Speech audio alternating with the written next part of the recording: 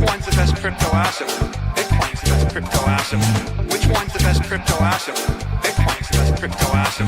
Which one's the best? Which one's the best? Which one's the best? Which one's the best? Which one's the best? Which one's the best? Which one's the best? Which one's the best? Which one's the best? Which one's the best? Which one's the best? What's the second best?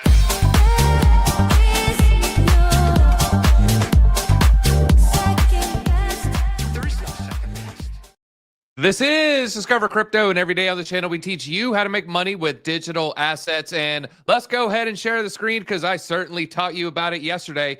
Huge pump for CoAI. We're up 118% today. We talked about that one. We got some major news that we got to cover today, though, folks. We got to talk about Chainlink. What is going on with that? Also, major news with Jerome Powell. Is he signaling the greatest bull run that we have yet to experience? And Elon has some pretty interesting tweets out there. And we're going to talk about the government shutdowns as well. And I'm joined here with TJ. TJ, how are you doing today? I'm doing good and feeling a lot better after hearing Jerome Powell. Like you guys know, we talk about Jerome Powell and the Fed and their actions a lot.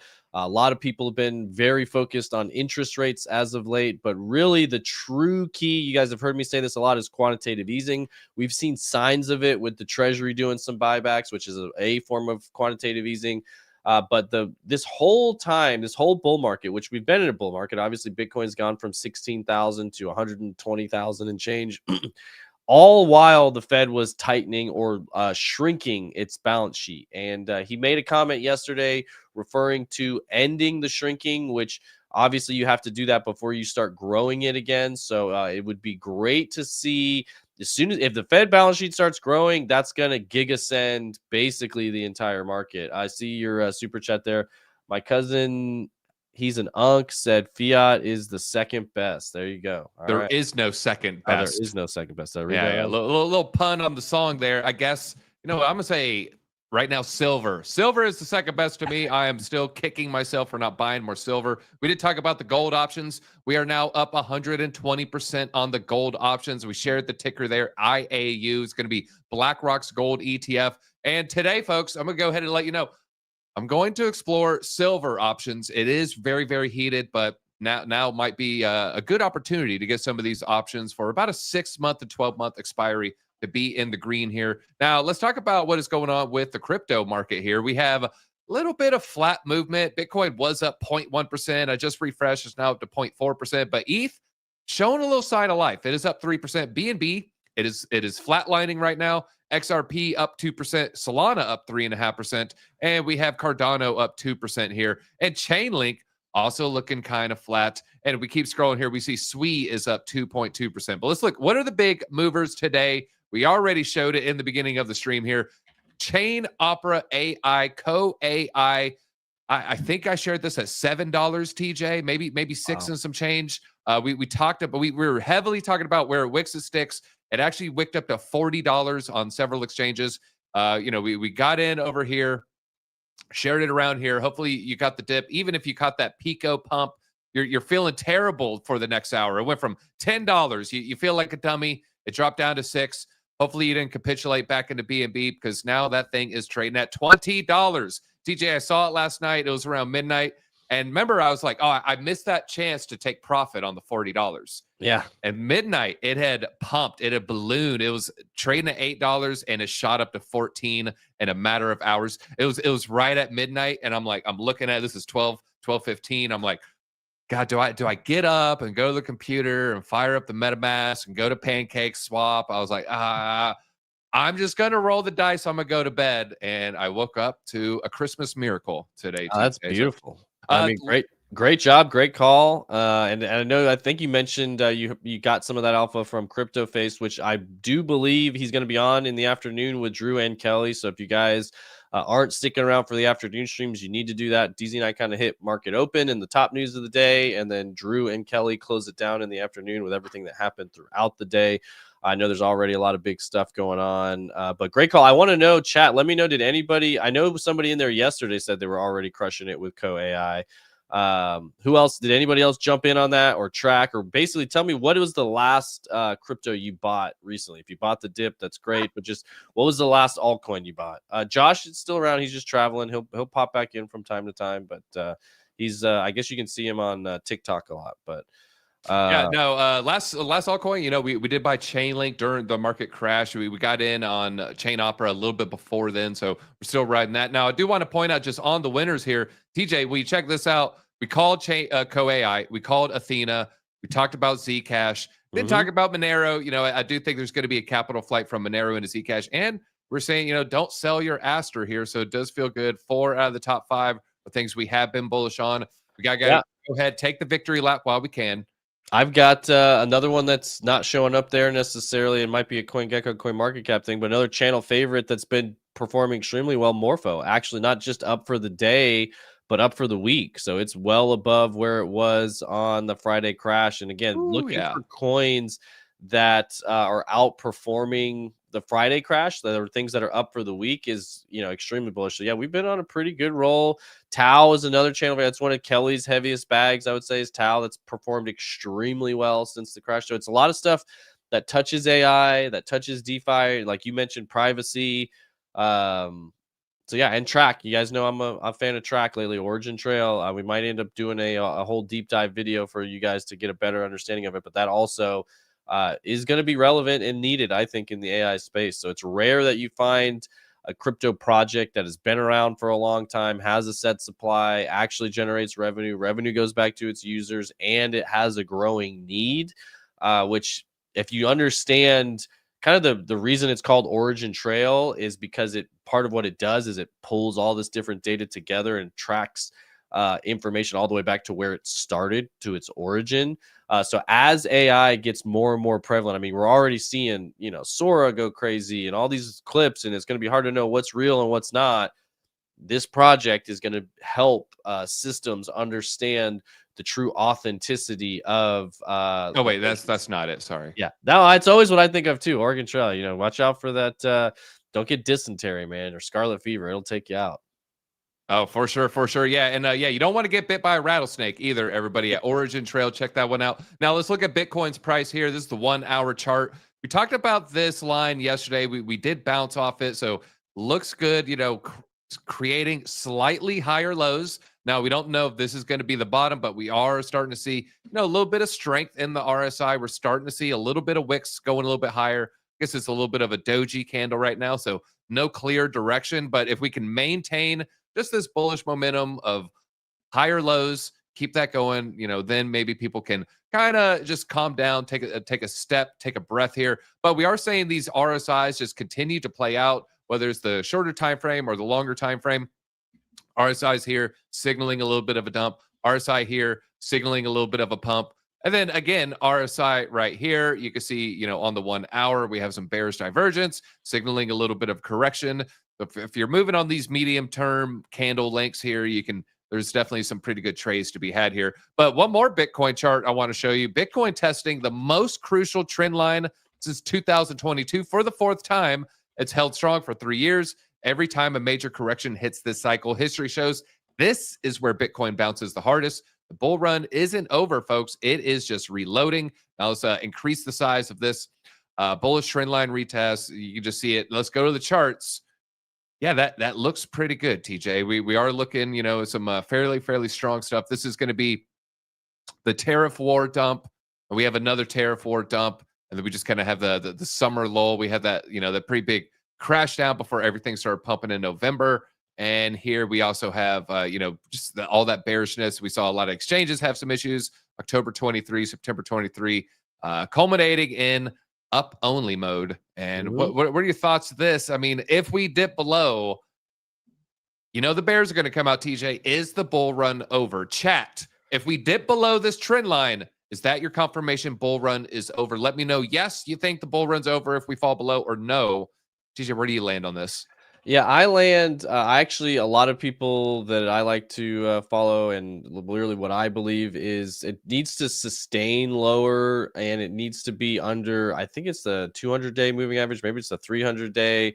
But I know it's the key level that a lot of those chart guys watch is around 102. If we let's stay below 102, like close to 100, and sustain for a day or two, like close candles below it. And doesn't, like, you can wick below it, you can flash below it as long as it quickly recovers. But I think that's the key level that would, I know a lot of the majors would say, okay, like we're officially heading into a bear market if we get below 102 and stay below 102. Now, obviously that changes because it's an estimated moving average. So as the price stays higher for longer, that average will come up. So right now I feel very confident. Again, we talked about levels in the 108 to 110 range. That's more or less kind of like this trend line, exactly where things went with that wick. Oh, there you go. Yeah, this is going to be the 300-day moving average. We got some people have been paying attention to that one, which is, when you get into it, I mean, might as well just jump into it. I think we have it right. I'll just pull it up. So the 300-day moving average, not something a lot of people talk about. You normally see people talk about the 50, the 200. But the 300 has been, a fairly large line in the sand here, especially when we go. Let me get to Heiken Ashi. I just hate the look of those candles there. We dip below. We have dipped below. Oh, you know what it was, TJ? I remember setting it differently. So 200 to the 300. Here we go. 300. Yeah. Perfect bounce right there. We did wick, but the candle bodies held strong. The wick held strong there. Right now, if you look where we're at here, we haven't even touched the 200-day moving average. And there was one time we had a fake out rally. It came down below, boom, or I should say a fake out dump rather, a couple wicks below. This has been a very, very strong trend line. This is essentially just called the end of the bull or end of the bear market. Keep going back a little bit more, and you can see right there, like when we actually, that's 21, that's November 21, when we actually sustained below it.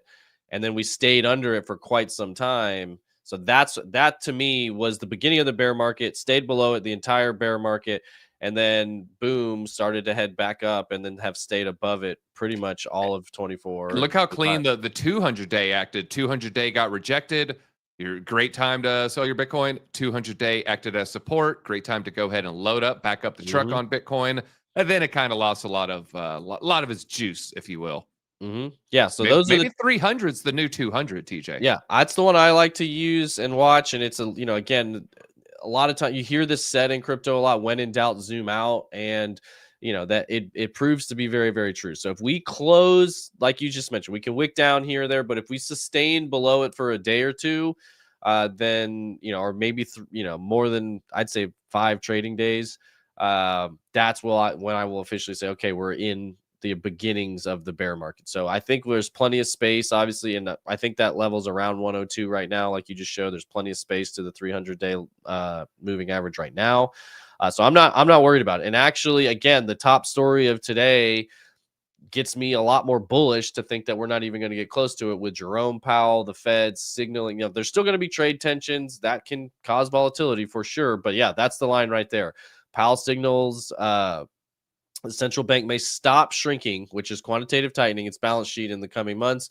Important shift necessary to preserve liquidity in overnight funding markets. Now, that doesn't necessarily mean he's going to start growing the balance sheet. But again, we've done all this positive price action while the Fed was selling. And so if you think about it, it's almost like Ripple selling all their XRP. And if they were to come out and say like, hey, we're done, we're out of XRP, we're not going to be selling XRP anymore, that would be very bullish for XRP.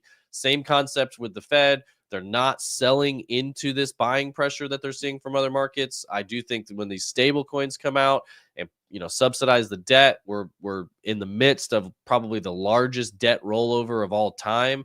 If you guys haven't read The Creature from Jekyll Island, you should. It kind of explains the playbook of debt restructuring. That's why we need the Fed to drop their interest rates, because we need to refinance more or less. Once we refinance, we're talking about printing another $3.5 trillion next year, plus 3 more spending bills. So they will be pumping money into this system. It's not if, it's just a matter of when. A lot of people are preparing for it. Obviously, Q4 this. Yeah, that's another good one. Paul Tudor Jones, another very famous investor, sees the Fed funding rate at 2.5, 2.75. So that means they're going to continue cutting rates, which is consistent with what we've been telling you on this channel. And for those who don't know, we're currently the 4.25 to the 4.5 targeted right here. Yeah, and we're expected to see 2 more cuts this year and then continue cuts into next year. So everything is moving towards an easing environment. And again, rate cuts matter. That is some light easing, but it's really nothing compared to treasury buybacks, the Fed growing their balance sheet, and printing new money. And all three of those things are going to be happening late this year. Yeah, that's the chart right there. That's the Fed's balance sheet. And so, and can you see the bottom? That's been going on since 2023, basically. It's been going down, right? It peaked kind of towards the end of 2022, and it's just been shrinking this whole time. So the fact that we've been good, but you can see where it went, that parabolic run up right there. That's the 2021 bull market. That's when Bitcoin went from 20K to 70K, more or less. And so if that thing starts to curve back to the upside at all, back up the trucks. It's time to go. And Bitcoin's going much, much higher, much, much faster. So. Yeah, we saw it kind of rounding out. We were talking about it. It's the balance sheet, assets, total assets. If you want to find this on TradingView, and it did look like it was starting to flatten, and then it did another little bit of a leg down, which it's not exactly what we saw right here. We did see a V-shaped recovery, so we do want to see this turn around sooner rather than later here. But let's talk about Powell's rate cuts here, its effect on Wall Street. Did Wall Street take any signals from this? Answer seems to be yes. Yes, they did. So the ETF saw inflows as Powell hinted at further rate cuts may come before the year end. Now, spot Bitcoin ETF saw 100 million in net inflows. Not all that significant, but reversing the outflows to me is significant, especially since we saw 300 million leaving out the door the day earlier. Having 100 million come back is going to be good. As of now, the ETFs, Wall Street owns almost 7% of all the Bitcoin out there. That's 6.82% of Bitcoin's market cap. ETH ETFs mirrored the turnaround here. They saw even more inflows than Bitcoin at 230 million in inflows compared to the even steeper withdrawal of 428 million outflows earlier just yesterday. Now, Powell signaled Tuesday, just yesterday, central bank is nearing the end of its balance sheet reduction program, is preparing for potential rate cuts as the labor market weakens. Now, if you go to this post here from Arthur Hayes, he's like, that's it. Quantitative is over. Quantitative tightening is over. Back up the truck. All the comments are like, he didn't say quantitative easing is starting. Of course, we know not so fast. Quantitative easing isn't going to happen. The Fed, it's quantitative easing goes in. This is kind of my assessment. Quantitative tightening is needed for quantitative easing. You can't just not have quantitative tightening reduction without slipping into quantitative easing. So this is a step in the right direction. We're not saying the Fed is expanding their balance sheet. We'll talk about more of that in a second, but it is a step in that direction. Now, Powell spoke at the National Association for Business Economics conference. I'm sure that mixer after hours was a blast, everybody. But he said the Fed may soon stop its quantitative tightening process, noting that reserves are somewhat above the level consistent with ample liquidity. This is going to be a good sign for your risk assets. This kind of breaks down the Fed balance sheet a little bit more regarding Powell's comments. So there he is watching your portfolio drive off a cliff like a school bus full of children. But Okay. here the so-called QT began in 2022. We looked at that chart. You can see it. This is the QT right there. So to remove extraordinary liquidity that they added to the financial system via balance sheet expansion during the last crisis in 2020. Since then, the total size has declined to 6.6 trillion from $9 trillion.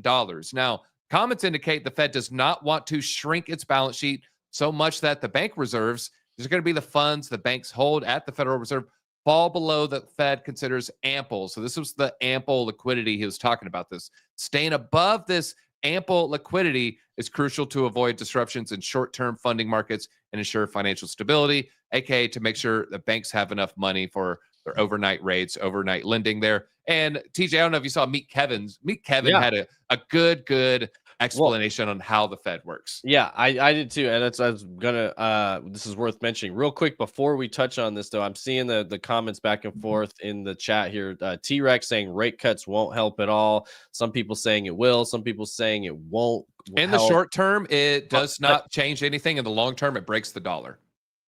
Yeah, I mean in the long term. Yeah, I was going to ask chat. Do you think if it'll rate cuts? Do you think that will help stimulate the market, or do you think it'll have no impact? The one guy that was going back and forth was like, "Well, are we higher and lower now after the rate cuts than before?" I do think it does have an impact on the short term in the markets. I do think it makes people more willing to take risks. Basically, it makes money cheaper the cheaper money is, the more people are going to take risk with it, in my opinion. The United States, for example, needs the money to be cheaper so that way we can refinance our debt. And that's when we're going to print a whole bunch more money. So my opinion, to your point, DZ, I agree. It's not necessarily good in the long run. It is the beginning of the end. And you can look throughout history. We're actually at a pretty average rate. I think average is around 5-ish%, maybe 6%. So it's not the only thing that matters. It's interesting that it's been such a focal point recently. Like people, like mortgage rates aren't astronomically high. They seem high because they were next to nothing for a decade, but realistically, we're kind of right in the middle of the median there of what they've been for quite some time. So cheap money means more risk. More risk means can mean higher profits. And I do think we're heading into that environment.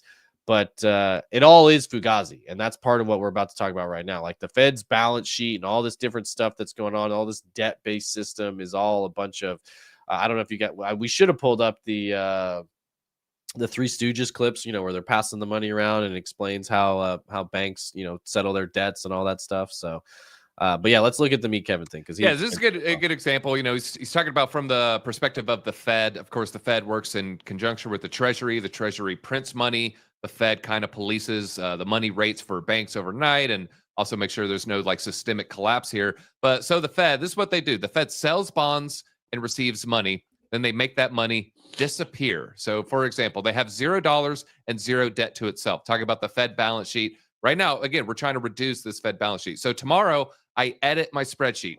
I now have $10,000 cash, $10,000 debt to myself. This is kind of basically an accounting term. They're coming to a nice even point. So if you have an asset, you need a corresponding liability. So they have 10,000 cash along with 10,000 in debt to yourself. They buy 10,000 in treasuries with that cash. So they no longer have the cash. They have 10,000 that then goes to the Treasury. Remember, the Fed and the Treasury, they're not the same thing. So basically, they create $10,000 from air. That 10,000 that is now at the Treasury. So they sell what they got from the Treasury. Someone gives them $10,000 for that Treasury, whether it's some sort of financial instrument. They then pay off their own magical debt. Insane, eh? So it is creating 10K as a balance. So they go back to zero, 10K cash, 10K debt, spend the cash. I now have this Treasury. I sell the Treasury. I pay off the debt. I'm back to zero. But the Treasury got 10K. Money is being created from nowhere. It's a little bit hard to wrap your head around if you haven't really thought about this before. But this is insane. This is insane. This is this is how they make money out of thin air. It's a bunch of financial gymnastics, and it's magic, as the member says. The banks love it because they can they call this elasticity is their fancy term for it, and it allows us to have an elastic money supply, as they say. So that way, if everybody wants their money and we don't have enough, we can just create it out of thin air and keep everybody happy and stop all the bank runs, and we just slowly accumulate anything that actually has value, and we just keep giving them this fake paper money. And it's an unfortunate situation that we're in, but it is the reality of the world right now. And this is not just the US dollar. This is all currencies all around the world. We're fortunate to be in the US because it is the reserve currency. But if you guys are most other nations outside of a handful, their fiat currency gets debased at a much faster rate than ours. And that's why so many people want to be on the dollar, because even though it's bad, even though it's losing its buying power, we've showed that graph over and over and over, it's not as bad as many of the other nations, which is, in my opinion, a lot of what's going on with this trade war. This is an economic trade war. It is, he who prints last wins. We are going to print next year, but we have printed a lot less than Japan and China and other central banks, EU, all around the world. So that's what's going on right now. That's what the people in charge know. This is really not as much about oil or, whatever the heck that they're arguing about. It's all about monetary debasement. And we've been in a currency war with China, as long as I can remember, before we ever started talking about crypto. It's been, we buy your debt, they buy our debt. But if you hold a lot of our debt and we print a ton of dollars, that makes the debt you hold basically worthless. And then they started to wise up to that plan. And all the while, the central banks in the middle are sitting there doing their little thing of like, yeah, we'll just keep taking the valuable stuff, and you guys, keep your government paper. But what is that you got pulled up there? This is the Fed balance sheet. If you separate, you can see Cool. the dots for the day. During the height of the decline, you don't really see anything resembling an uptrend. I mean, you have that little outlier right there, but When is those that? Curious. Like this when? is going to be early 2023. So you see like 3 dots, similarly, kind of heading upward. Maybe there's 2. Oh, there's 3 that are like maybe a slight angle to the upside here. But now that we're getting closer to here, now we're starting to see, in my opinion, a little bit more strength. There's almost like 4 days of an uptrend, 3 days of an uptrend, another 2 days of an uptrend, 3 days of an uptrend, 1, 2, 3, 4, 5 days of an uptrend. You did not see that in the beginning here. So we're starting to see more and more days of an uptrend, signaling that, yeah, this is probably going to reverse sooner rather than later, in my opinion. Well, and I think part of, we've been seeing gold go on a meteoric rise recently. Obviously, central banks love gold, but we're starting to see even retail. This is the line in Hong Kong shops in a mall to buy gold, and gold's hitting 4,200. I do think it's signaling the beginning of the end of the fiat system. There's too much information out there right now about how money's created, or how, like with the example you just made, how it's, magically just appears out of thin air. People are starting to wise up, and they're like, wait a minute, this government paper that is created for free, and I'm trading my time and energy for it. I want something that's going to hold its value a little bit better. So gold, absolutely crushing it. I posted a silver short. If you're not watching our shorts, you messed up there. But we just last year, 2024, we mined 800 million ounces of silver. We used 1.1 billion. So we're just steadily eating away the above Earth supply, and we have been for many years now. Yeah. No, I mean, that's true. I mean, there's a limited amount of real assets. I mean, you guys did know I've been saying on this channel for years, gold, real estate, and Bitcoin, great combination. Those are hard assets, cap supply, within reason. I mean, you can find ways that gold's going to get more in time. You can find, there's a lot of land out there that can always build up, that sort of stuff. But for the most part, hard assets, set supply, and a lot of people like silver as well, and seeing those absolutely rally feels great. And that was a good short, by the way. A lot of consumption on silver going on for sure. Yeah, I mean, it's in a lot of items, folks. It's probably in your vehicle right now, a lot more than you're thinking. I see your question spamming about CZ, talking about Aster. I don't know if CZ specifically said anything about Aster's price relative to Hyperliquid's price, but you do see a lot of speculation on that. I doubt CZ is going to lose. But Jeff at Hyperliquid's also a strong builder. So if anything, the market wins. People, looking for a choice of a DEX, they're all centralized. We know they're the winners as well. I'm really glad you said that. That's really it. There's so much tribalism in crypto. Hyperliquid, Aster, the Ethereum, Solana, all that sort of stuff. But really what you want is a free market competition, which is what we're getting. And that's what's best for the end user. We want these and synthetics, guys, if you haven't been tracking along, we've been mentioning synthetics, one of the top movers. Now I don't know about pivoting, but they're definitely making a core part of their business being a perp dex on Ethereum. They're trying to be the perp dex for Ethereum. So if Hyperliquid's the perp dex for Solana, Aster's the perp dex for BNB, Synthetics, the perp dex for Ethereum, they're having this big trading competition coming up. So that's part of why that's another one that's up substantially since before last Friday. And I think they're doing a very good job getting in on that. But like you just mentioned, free market competition is what the users want.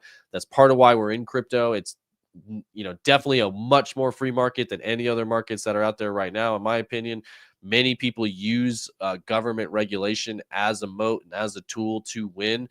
We are starting to see that happen in crypto right now. People that are well regulated and are good with the regulators are performing extremely well. Athena being one of those examples. It is, like a stablecoin regulated wrapper. Part of that, it's just part of the game. People will, when there's money on the line, when there's incentives, people will use every tool in their toolbox to capture those incentives. And so now we are at the nation state level of this game, and it's going to continue. But the more we can see free market competition, the better.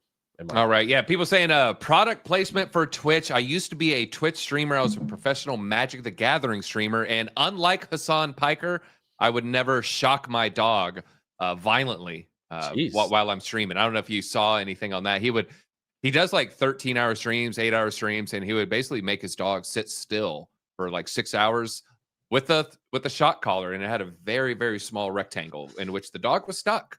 All right, Like a psycho. Yeah, we're very against animal abuse. Smash the like button so YouTube doesn't think we're doing anything like that. And if you think Bitcoin is going to go higher in the future. Give me your pet's name. I got a dog named Yeah. Tide and a dog named Athena, but TJ, you beat me with dog names. What's Yeah, your I got my dog's name is Ada. So, obviously, that's your favorite chain, and you didn't name your dog after a crypto project. I actually thought about a couple different ones at the time. I thought about going with like Lana or Luna or like Kira? Solana. Okay. Yeah. All right. You did not name your dog D's nuts. Okay. I know you're lying. Okay. I know that one's okay. You didn't name your dog Biden either, or did you? You might have. It might have. Scooby. That's a great name. I'm gonna hold off from any comments on that. Reagan after the president. Okay. All right. We call him the Gipper every now and then. Chain link. All right. Well, hopefully you have your dogs behind a chain link fence. Drews are all named after like vacuums. He's got Roomba and Hoover, I think, and then he's got another one too. But I think those are the two I always remember: Roomba and Hoover. And then the other one's Monica. Monica, really? No, it was a joke. Friends joke. Yeah. No, Lewinsky. But let's move on. Let's move on. Let's talk about. All right, folks, that's our show for today. That was good. All right. Let's move forward here. Dyson would be the logical next step there. Blast from the past. Previous government shutdown aligned with the Bitcoin bear market bottom. Let's get back on the rails here. So 2018, we kind of covered this in that video. Not enough of you watched it, right? I talked about what happens during the government shutdowns. Me and TJ have alluded to it.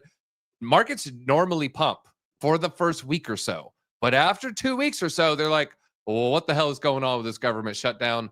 And so last time we had a government shutdown was the Pico bottom for that cycle. So the last shutdown, that was a long one, lasted 2018 to 2019. Or I guess this just was the last one period, coincided with Bitcoin's bear market bottoms there. Well, what's the day? So previous shutdown was 35 days, 22nd of December to January 25th. Bitcoin fell from 6,000 in mid-November to just over 3K in December, marking the final capitulation event. Now, later on, March 2020, it got close, but this ended up being the exact bottom, and you can see it happened right there. These are weekly candles. That's the last government shutdown. You kind of look right where we're at here. A lot of volatility, not a lot of, clear market signals for direction. It's kind of what you're seeing here. No clear signals for market direction, just something to put in your repertoire there. Now, we did talk about people, bear. Are we in the bear? We talked about the 300-day moving average, TJ's level, 102. It's very simple. We lose that. We do not quickly recover. Hold me to this until everything is noise. So some people saying 102, the line in the sand. There is no line in the sand more important than that one. It is the sand castle from, I guess, Jimi Hendrix's song there. Yeah, I agree. I mean, because that's dangerously close to falling under 100K, which is just a psychological level as well. I mean, we looked at it on the chart already. The best example would be that was the beginning of the end in 2021, and we didn't lose. Well, let's go look real quick. Let's see if we lost it in the May dump. How long? Oh yeah, the May 2021 dump. It was bad for a lot. Yeah, we lost it. We lost it for completely. How long? The 200 held on. Let's see. So like we wicked into the 200. It really held on for 18 days. The Bulls were fighting for 18 days. They eventually lost. The Bulls got back into control. And then the Bears were in control. This is about a month later. And then we we wicked against it. The third time we knocked on the door, we did end up falling below. But basically, maybe a month right there again? Yeah. We can see the Bulls and the Bears fighting for half of a month there. The Bears had control for a little more than half a month there. And then the Bulls haven't looked back since. It came close. There. So one daily candle. Yeah, that's what I'm saying. One daily candle isn't too bad. It'd have to sustain below it. And so it's interesting that it recover. But then, November 2021, it was clearly, once it's under that, it's very hard to get back above it. So interesting. And to be fair, that May dump, that was on the China banning all miners, and a lot of that was miners relocating. And by the time they got their new operation set back up, they had to sell a lot to fund a relocation and having down mining time and all that sort of stuff. So. And do you remember Elon like going bearish on Bitcoin? You know, they sold a little bit, and he's like, "Oh, I want to know if it's sustainable how they mine the Bitcoin." I think Tesla stopped accepting it as payment. I think around that time. Huge. And no one, I remember looking into it then, like no one bought a Tesla using Bitcoin. So it changed literally nothing there. It was all kind of aesthetics, I would say. Optics, yeah. Yeah, all optics for sure. Now, people talk about the cycle's over. I see you bears in the chat. We're talking about you here. The previous 2 cycles lasted exactly 1,064 days. If that pattern repeats, our next cycle high is 5 days from now. Would you need a rather impressive pump very soon to make that happen? Time for the 4-year cycle to break. Is the bear market over? Is what people are asking. We already asked you guys a little earlier. I won't hit you up with again, but we're saying 5 days left, y'all. Now, there's also the prediction of October 6th. Going to be interesting if that ends up happening. Yeah, why we only have 300 likes? Let's get another 120 at least. Oh, come on. Folks. Yeah, no. We need to, with 14, I mean, we've got a few thousand people watching across different platforms. We need to be getting up towards 1,000 likes by the time the stream's over. So, please just actually, we'll give you a second. We'll run an ad for Arculus, one of our top sponsors here, and I'll give you just a short period of time. It's only 30 seconds. If you guys are on mobile, sometimes you have to turn the phone sideways, X out of the live chat. We really appreciate it, but we'll be right back. We just wanted to take a quick second to shout out our sponsor, Arculus. They are a cold storage hardware wallet, helps you secure all of your digital assets for the future. Just tap this thing to the back of your phone, and boom, you're in. We wouldn't be able to do this without them, but also wouldn't be able to do this without you guys, the Disco fam. You've supported us a lot over the years. If you want to support the channel now, just use the code DC20. It gets you 20% off this card. It's the #1 way you can support this channel going forward. Thank you for your support. We'll see you at the top. All right, go ahead. They're asking for the raw, DZ. You got it. Right, well, I do have some research tonight. I'm going to go into just some in-depth analysis, and this analysis is just going to leave BlackRock executives chafed and raw. Because what we're doing is we're looking at BlackRock's latest developments. Larry Fink, he's doing the circuit. I pulled up some clips from 60 Minutes. I pulled up some clips from CNBC. But I got to do some more research, folks. We got to do some more research to see what altcoins besides Ethereum that they're going to pump. So BlackRock CEO says they're developing their own technology for the tokenization of assets. They've kind of walked back that comment a little bit here.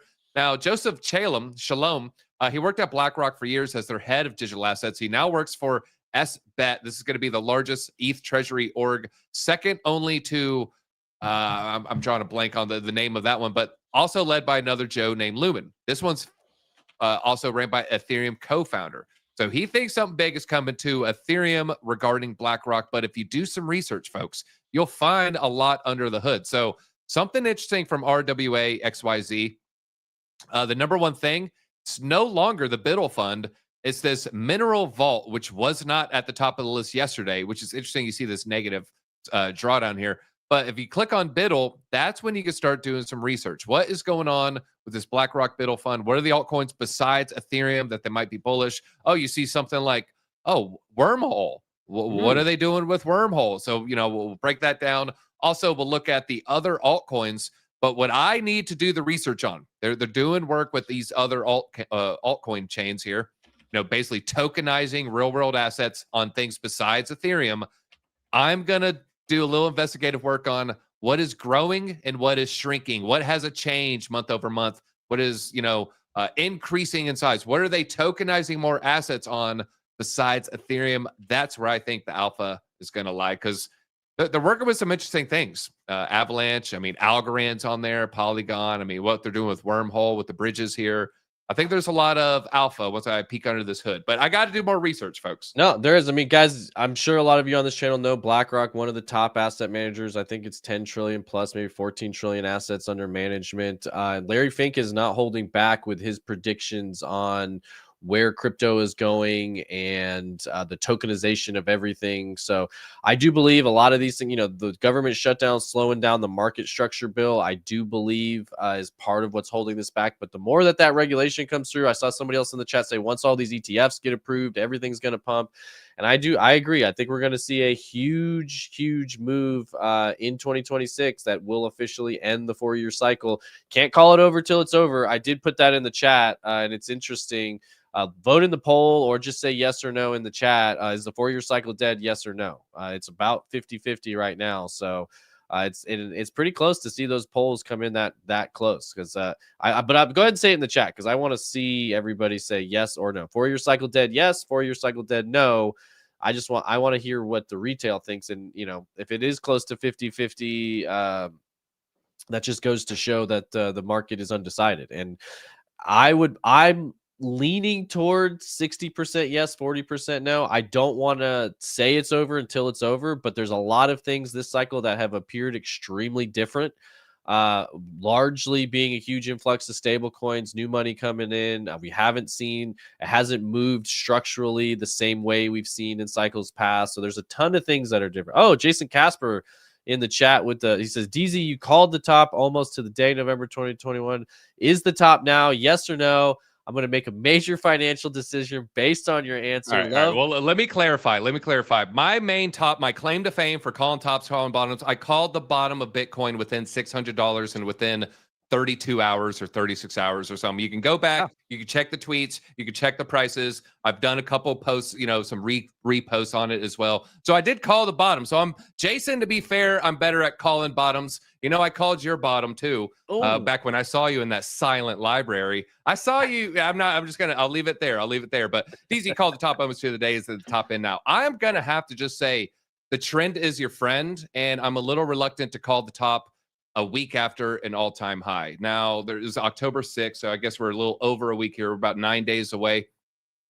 I think with the M2 money supply, I think with Arthur Hayes' recent posts on monetary policy loosening, we have signals of that from China. We have signals of that from America. And I felt like it was too easy to happen in 2021. Like, they can't just let it happen, right? Like, it's just going to top, the same amount of days after it did in 2017. It did.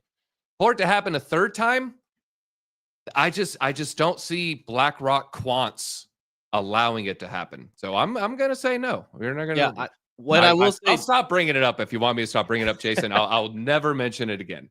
I feel like I need to grab a plunger every time. That's what I think of when I think of Jason Casper's walking on the treadmill, talking in the plunger. If you guys haven't checked out Jason Casper's channel, great channel in crypto, gives a lot of good advice, great trader, and will help you not get wrecked in these markets. So yeah, we got some homesteaders here. He's a very good homesteader. He'll teach you how to live an unplugged life while that trad life, having a family, loving God, all great things to aspire to. So love the stuff he puts out there on YouTube and X and everything. But I did want to mention, if we're talking top signals, we pretty much are at the date. We were 4-year cycle theory.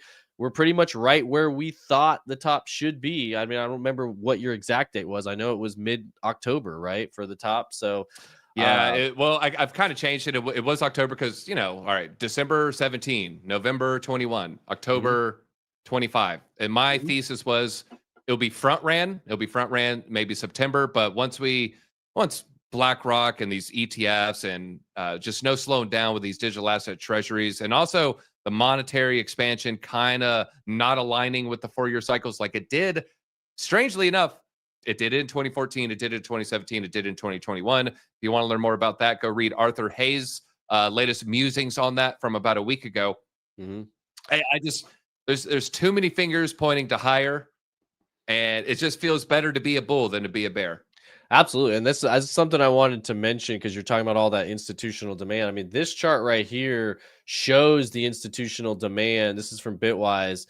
Green bars here, institutional demand. Gray bars is the new supply, coming into the system. So huge amount of institutional demand, and just the way that we saw gold moving. I mean, again, guys, gold is an exceptionally larger market than Bitcoin, and we've seen gold up, I think, 60% in the last 6 months. That is a sign of an incredibly huge seismic shift in the markets. People, like I said it earlier in the show, the cat is out of the bag. People do not trust fiat currency. They understand fiat currency is failing and they need to find an alternative. Governments and central banks have gold as their old faithful. That's what they lean on.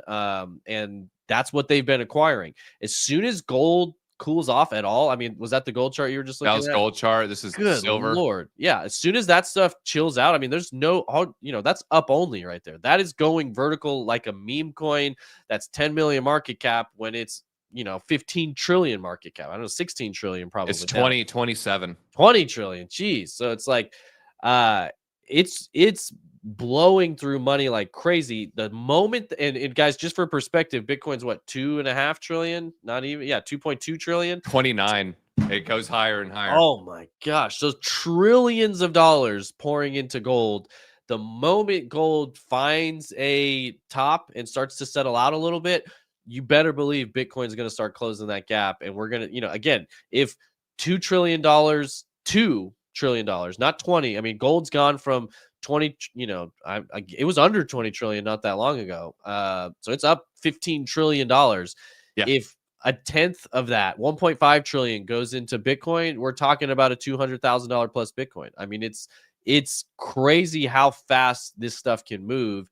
And the fact that gold is moving like that to me, in a weird kind of abstract backing into it way, that's one of the stronger indicators to me that the 4-year cycle is over, because the gold, the cycle we've been witnessing for gold, is that your option there? It's a little hard to see, but you see plus 100%. We have doubled our money on our gold options trade. Heck yeah. That was last week, right? Yeah. Not even a week. Yeah. Heck yeah. So we are going to start messing with some options a little bit more because, you can see if where the Paul trend Pelosi is going. trades that way, that's good enough for me. I want to copy Paul Pelosi. I want to copy trade that guy. Why not? I mean, he'll hammer the markets. I said I wasn't going to make jokes about that anymore. I can't even listen to my own advice sometimes. I take it back, Paul. We don't condone anything like that. Although that might have been a lover's spat. But again, I'm doing it again. All right, let's talk about XRP. XRP holders, type in XRP if you hold XRP. If I don't see it, I'm not going to talk about it. I'm kidding. I know there's a couple of you. I'll talk about it here. XRP price shows promise at $2.50. But is a 57% rally going to be possible? Let's talk about the technicals. It must flip the 200-day SMA to rally above $3. And so reclaiming this trend line has previously been preceded by significant pumps in XRP's price as seen in July. Let's go to the chart here. So this is why I pulled up the 200. I was looking at XRP. Just the way TradingView does is if you end up changing it on one, it'll change your indicator on every single one there. But XRP, I would say, it definitely needs to. You can see it right now, just rejected off the 200-day, 200, and the 300. It's kind of funny. They're converging here, but rejected. XRP, you got to knock on that door and open it. Okay. You got to quit jiggling the handle like a creepy drunk trying to get in your hotel room at night. You're like, God, I knew I should have paid more money than La Quinta. Why did I stay at the La Quinta? It's jiggling the door handle. XRP, are you going to open the door and walk through? What do you think, TJ? Is it going to walk through the door? Or is it going to jiggle the handle like a drunk? Of this moving average here. Yeah, give me go back out a little bit more. Let's see what it did in the past. 200, nice little bounce. Then it fell below. In May. This is going to be tariff war spats. I guess no, that was the tariff war here. You'll see it a record profit taking right here. So boom, XRP goes nuts. You see that like the record 4-hour RSI. But then as they kept taking profit, it was strong support. It was strong support. So you get a little bit of A, a little bit of B. It's support. It's weak support.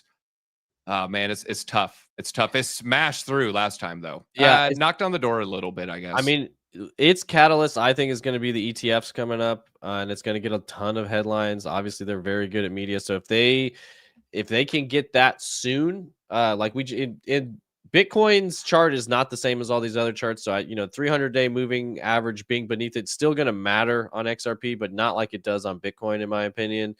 But yeah, if it can't get above that level soon, I think it could be tough. But I do believe in whether it's November, sometime in November, probably we get market structure bill comes out. We get 2 or 3 of these ETFs coming out, and they've got an incredible media machine. So I think again, when you talk to people that are new entrants into crypto, like you say, the moron trade is ADA and XRP. They're the cheap. They cheap allegedly cryptos when people are looking at things, and it's what is ADA at these days? It's under $1.70. You got XRP at $2.40. So yeah, I think seeing some ETFs come in, seeing some basket products come in can push it back up. But it needs to do it soon. I'll say that much. Is the shutdown delaying the ETFs? Yes. If so, by how many days? Well, we don't know. Now, what we do know is once it's shut on, there's expected a flurry of ETF approvals. I don't know if that's going to be 72 hours later, maybe a week or two later, but you should, we'll probably have more reports after the government shutdown ends.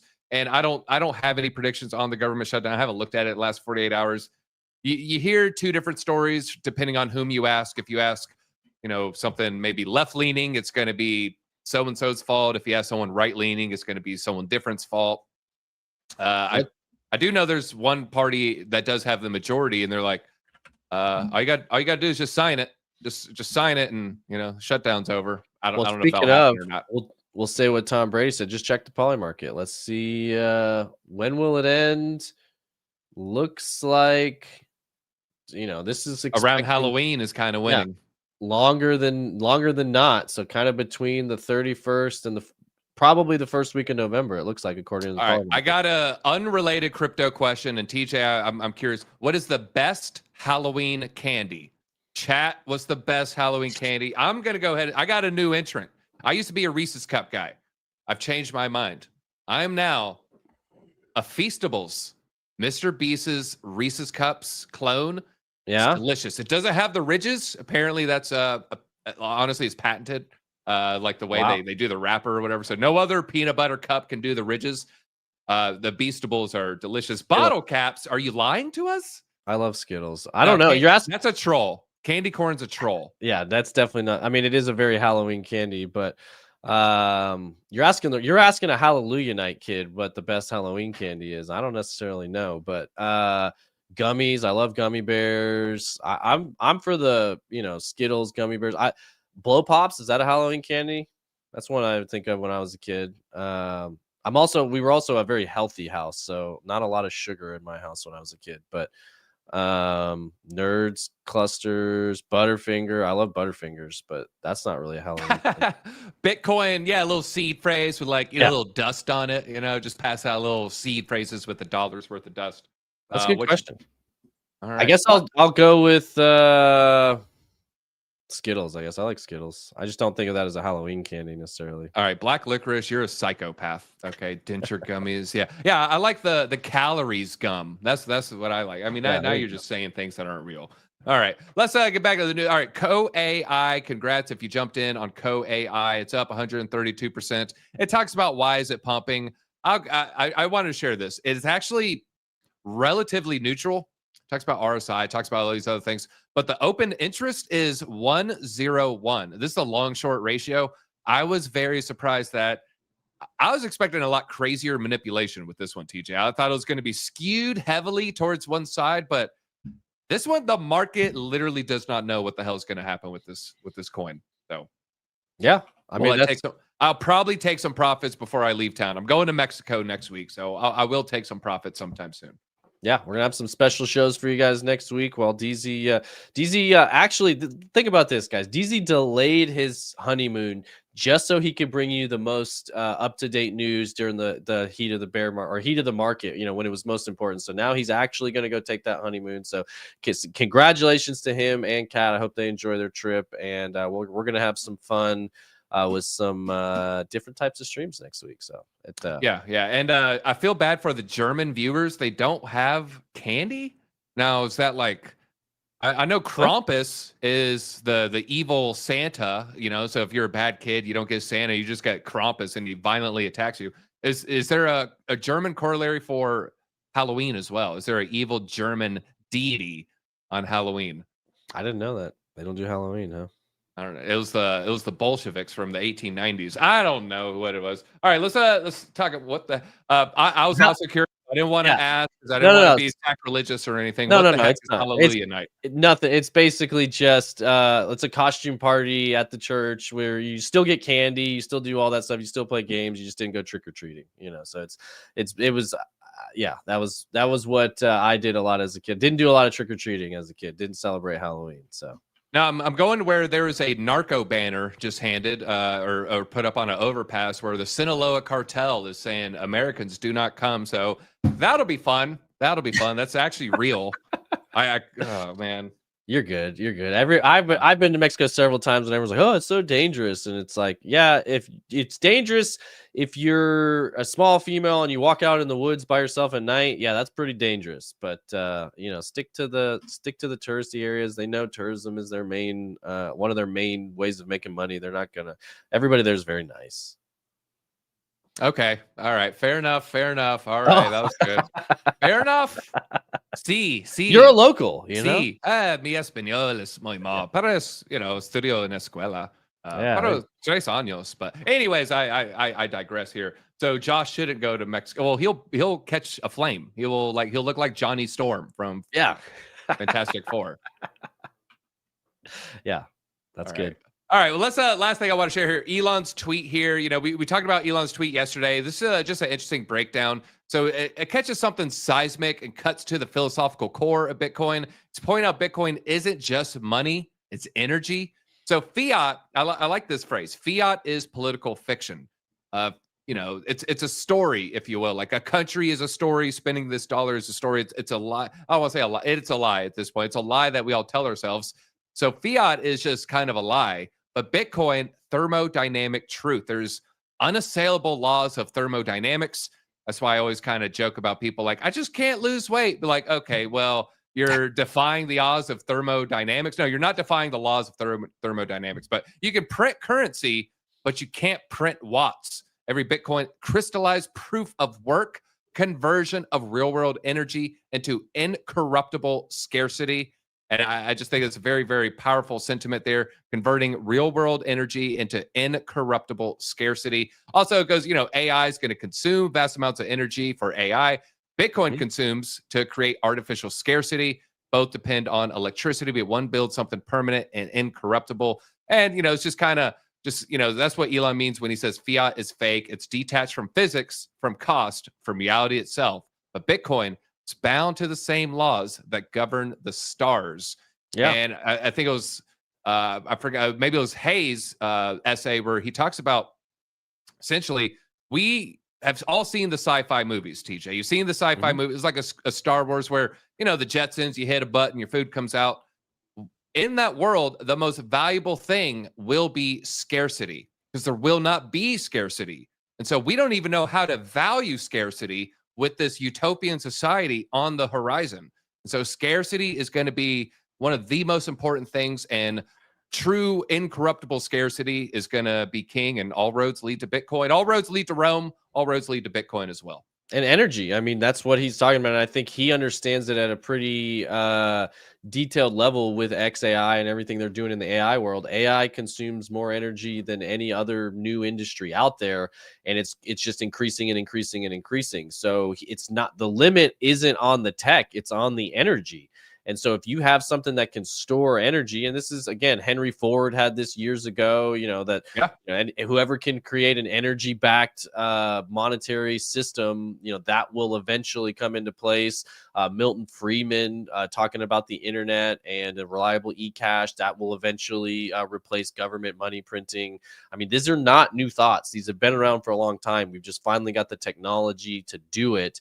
And when the brightest minds of our time start to wrap their head around a monetized energy source, it's gonna click for them very quickly. I mean, it sounds a little heady when with Michael Saylor talking about thermodynamically and physics backed currency, but that's exactly what you just illustrated. That's what it is. And without energy and the supply and all those different things, it would not exist the way it does today. Fiat is, somebody says, oh, it takes energy to print money. Yeah, well, it doesn't take that much to print, as much as they print. It takes a lot more energy to run the banks. I'll say that much. And there's other theories out there too that, banks, once they start to embrace this technology, they can become more like tech companies. JP Morgan could go from I think it was Tom Lee talking about this, that JP Morgan could go from 300,000 employees to 20,000 employees and be valued like a tech stock. Instead of getting valued 1-to-1 on their balance sheet, more or less, they could get 20, 30, even up to 200x valuations based on, what they're able to provide. So the world is shifting, the world is changing. And if you're not on board, you're going to get left behind. Do your research, buy Bitcoin, and that we'll see you at the top. Oh, we got